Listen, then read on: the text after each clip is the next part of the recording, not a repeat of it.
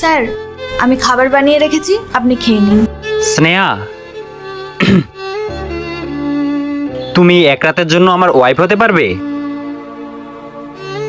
আরে এরকম ভাবে দেখার কিচ্ছু নেই, ওয়াইফ হওয়ার জাস্ট একটু নাটক করতে হবে বাস। নাটক? আর আমি?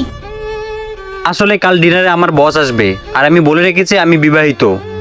কিন্তু আপনি তো আনম্যারিড।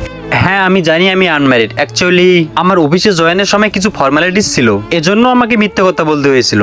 আর এত কম সময়ে আমি মেয়েও পাইনি যে আমি আমার ওয়াইফ বানাতে পারবো, এজন্যই আমি তোমাকে জিজ্ঞাসা করলাম। বেশি সময় লাগবে না, জাস্ট কয়েক ঘন্টার ব্যাপার, প্লিজ।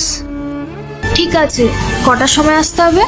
তাহলে কালকে তোমাকে সকালে আসতে হবে না, তুমি একদম বিকেলের সময় চলে এসিও। আমি তোমার জন্য একটা শাড়ি কিনে রাখবো, তুমি ওটা পরে রাখবে। আর হ্যাঁ, তোমাকে দেখতে যেন খুব সুন্দর লাগে, একদমই আমার ওয়াইফের মতো, ঠিক আছে? ঠিক আছে। আসুন আসুন Rahul sir. Sir, this is my house, কেমন লাগলো? সুন্দর, খুব সুন্দর।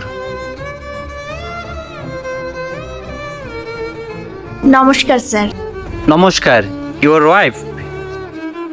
Yes sir, she is my wife, Sneha. Okay. Sir আসুন, বসুন। প্লিজ স্যার আসুন।